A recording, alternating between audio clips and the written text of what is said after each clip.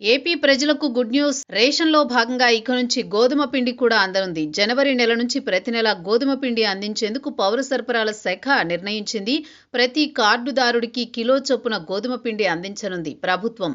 Kilo 20 రూపాయలకే అందించేందుకు నిర్ణయం తీసుకుంది. ముందుగా జిల్లా కేంద్రాలతో పాటు పట్టణాల్లో అందిస్తుంది. డిమాండ్ బట్టి గ్రామీణ ప్రాంతాల్లో సైతం విస్తరించేందుకు నిర్ణయం తీసుకుంది. నిరుపేదలతో పాటు మధ్యతరగతి కుటుంబాల వారికి ఇది శుభవార్త.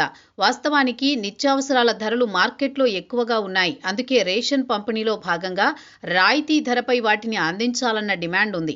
గతంలో టీడీపీ ప్రభుత్వ హయాంలో 12 రకాల వస్తువులు అందించేవారు. క్రమేపీ వచ్చిన ప్రభుత్వాలు వాటిని తగ్గించాయి. ముఖ్యంగా వైఎస్ఆర్ కాంగ్రెస్ ప్రభుత్వ హయాంలో కేవలం బియ్యం మాత్రమే అందించారు.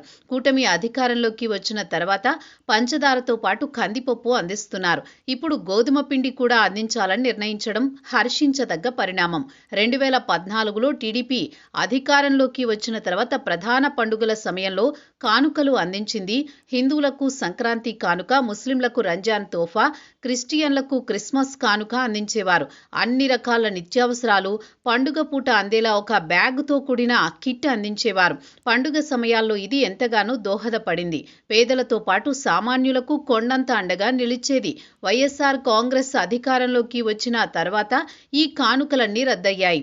ఇప్పుడు కూటమి అధికారంలోకి వచ్చి 18 నెలలవుతోంది. కానీ ఇంతవరకు ఈ కానుకల ఊసులేదు. అయితే ఇప్పుడు గోధుమ పిండి అందిస్తామని చెప్పడం మాత్రం సామాన్యులకు ఉపశమనం కలిగించే విషయం.